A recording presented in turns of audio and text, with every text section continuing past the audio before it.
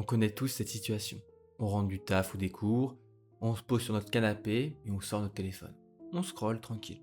Puis, une heure plus tard, on sort de cet enchaînement infini de vidéos et on se dit merde, j'aurais pu faire autre chose. On a bien rigolé en regardant ces vidéos, mais on a l'impression d'avoir un peu perdu notre temps. Dans cette vidéo, on va voir ensemble 5 choses simples et originales que tu peux faire sur ton temps libre au lieu de perdre un peu trop de temps sur ton téléphone. Alors, avant d'entrer dans le vif du sujet, j'aimerais prendre un petit moment pour parler de la productivité. Parce que c'est un mot qui peut avoir un petit peu plusieurs définitions, mais voici ma définition. La productivité, c'est utiliser son temps de façon intentionnelle, efficace, durable et agréable. Avec cette définition, être productif, c'est pas du tout travailler, travailler et encore travailler. Par exemple, choisir d'aller se balader, lire un bon livre, passer du bon temps avec des amis. Selon ma définition de la productivité, c'est du temps bien investi et donc c'est du temps productif. Maintenant que tu comprends un peu mieux ma vision de la productivité, plongeons ensemble dans les 5 choses à faire au lieu de scroller. Et on commence par la première chose, ranger un peu son environnement. Imaginons que tu aies envie d'aller scroller sur ton téléphone parce que la journée est terminée et tu veux te reposer. Alors certes, tu peux très bien le faire, c'est un moment calme et reposant, sauf si tu regardes bien sûr des choses qui sont trop stimulantes, mais en règle générale, ça repose bien. Mais tu peux très bien aussi choisir de prendre 5-10 minutes pour ranger un petit peu ton environnement. Je dis environnement parce que ça peut être ton bureau, ta cuisine, ton salon, ta chambre, mais l'idée c'est de ranger un petit peu tout ce désordre visible qu'on peut avoir. Faire un petit peu de ménage sur le bureau, ranger les livres qui sont sur la table dans la bibliothèque, ce genre de choses pour améliorer son environnement. Tu peux garder en tête une phrase de mon grand-père, chaque chose a sa place et une place pour chaque chose. L'idée n'est pas forcément de vivre comme un maniaque du rangement, avec aucune poussière, rien qui déborde, rien qui n'est pas rangé. Non, l'idée c'est d'avoir un environnement où tu sais où sont les choses. Mon bureau par exemple, il est plutôt minimaliste, il n'y a pas énormément de choses, mais il n'est pas non plus vide. Il y a des livres, il y a quelques petites choses, il y a un carnet, il y a des stylos, mais ils sont à l'endroit où ils doivent être, parce qu'un environnement qui est trop en bazar va t'embrouiller l'esprit. Alors attention, on a la phrase d'Einstein qui disait que pour lui, un bureau où il y avait plein de choses, c'était pour quelqu'un qui avait un esprit qui était avec plein de choses. Je suis assez d'accord avec lui, mais il faut garder un équilibre entre le désordre et l'ordre dans beaucoup de choses. Tu peux avoir un bureau où il y a des feuilles, des stylos, des cahiers, etc. Tant que c'est bien rangé et au bon endroit, il n'y a pas de souci. Je t'invite donc, au lieu de scroller, prendre quelques minutes pour ranger cet environnement qui t'entoure. Tu verras, ça fait du bien. Ça permet de vider un peu l'esprit. Je trouve que désencombrer notre environnement, c'est comme désencombrer notre esprit. Ça permet de déplacer des choses. En plus, tu peux le faire en écoutant un podcast, une vidéo ou simplement un peu de musique pour que ça soit encore plus agréable de le faire. Mais moi, ça m'aide souvent quand j'ai du mal à me motiver, que je dois travailler. À ce moment-là, je préfère commencer par simplement ranger mon bureau. Et une fois qu'il est bien rangé, que tout est à sa place, je me pose sur mon bureau et je commence à travailler. On passe à la deuxième chose que tu peux faire au lieu de scroller, faire une activité manuelle. Alors là, il y a plein d'exemples possibles. Peindre, dessiner, faire de l'origami, des puzzles, de la musique. Franchement, fais-toi plaisir. L'idée, c'est de retrouver un petit peu ce sens créatif qu'on a un peu perdu dans notre quotidien et dans nos journées qui s'enchaînent. On est souvent à regarder des personnes qui sont créatives sur les réseaux, etc. Mais je trouve qu'on perd un peu cette essence qui nous rend vivants, comme le disait mon grand-père.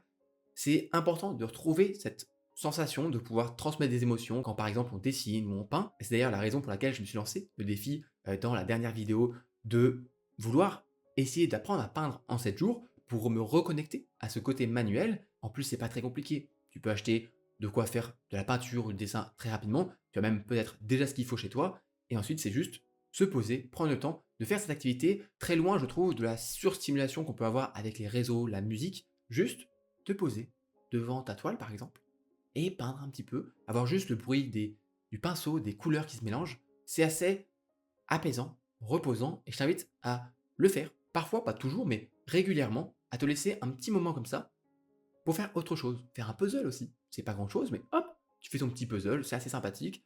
Et ça permet de, je trouve, réfléchir d'une autre façon. Je trouve que ça peut ressembler un peu à une méditation active. Quand tu vas te balader, par exemple, et que tu réfléchis, ça peut être la même chose quand tu peins.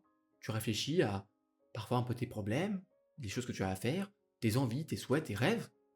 Et c'est un moment de reconnexion avec soi-même, donc je t'invite à essayer. Troisième chose à faire au lieu de scroller, organiser la journée de demain ou alors faire le bilan. L'idée est assez simple. Prendre un moment, le soir par exemple, au lieu de scroller sur ton téléphone, peut-être avant de le faire, pour faire le bilan de la journée, le bilan de la semaine parfois, et organiser la semaine ou les jours qui arrivent. Le but, c'est de faire le point sur tes objectifs et tes tâches pour faire un bilan assez simple et assez rapide. Pour ça, si tu ne sais pas comment faire, tu peux suivre simplement la méthode ROP dont j'ai déjà parlé dans une vidéo, ou alors commander mon livre Je m'y mets dans 5 minutes, dans lequel tu retrouveras ma méthode d'organisation sans prise de tête pour planifier tes journées, faire le bilan, etc. Le livre a déjà conquis de nombreux lecteurs et c'est disponible partout. Tu peux donc facilement franchir le pas. Quatrième chose, au lieu de scroller, prendre des nouvelles de ses amis. Malheureusement, ces dernières années, je trouve que même si on n'a jamais été aussi connecté au monde qui nous entoure, on est pourtant tellement déconnecté de nos amis, de nos proches.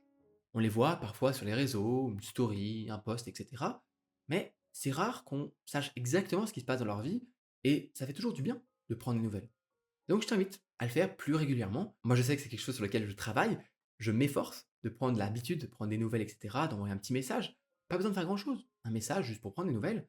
Et souvent, les gens sont super contents. Parce que eux aussi, la vie fait qu'ils ont beaucoup de choses à gérer, ils n'y pensent pas, et ils sont contents de pouvoir aussi avoir des nouvelles de nous. Donc n'hésite pas à prendre un petit moment, au lieu de scroller, pour envoyer un message, pour faire un appel surprise peut-être à quelqu'un, pour appeler tes grands-parents, tes parents, et demander comment ça va, etc.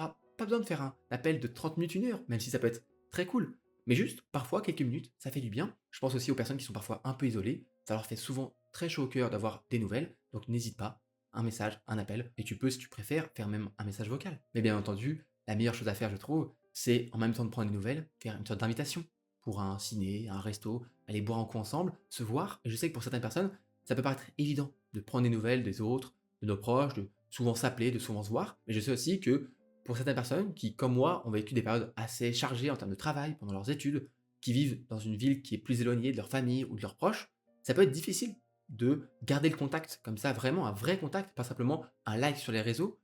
Donc je t'invite à reprendre l'habitude, parfois, régulièrement, au lieu de scroller, d'envoyer un message, d'appeler quelqu'un, et ça fait toujours du bien d'avoir des nouvelles des personnes, et les personnes sont toujours super contentes d'avoir des nouvelles de nous. Et on termine par une dernière chose à faire, au lieu de scroller, prendre un moment pour se détendre et souffler. Les journées s'enchaînent, on court tout le temps après le temps, on ne prend jamais un moment pour se reposer et souffler.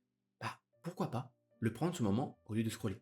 Sachant qu'on sait que scroller sur les réseaux, sur l'actualité, ce genre de choses, ça stimule énormément notre cerveau et notre esprit, qui n'est pas très reposant finalement. Pourquoi pas, le soir, au lieu de te mettre directement sur ton téléphone ou devant les actus, la télé ou Netflix, prendre déjà un moment pour couper, pour faire une pause. 5, 10 minutes, pas plus. Mais juste pour souffler. Souffler et peut-être faire une méditation guidée, pourquoi pas. Respirer. Prendre un moment pour faire de la respiration pleine conscience. Se rendre compte qu'on est là, on peut souffler.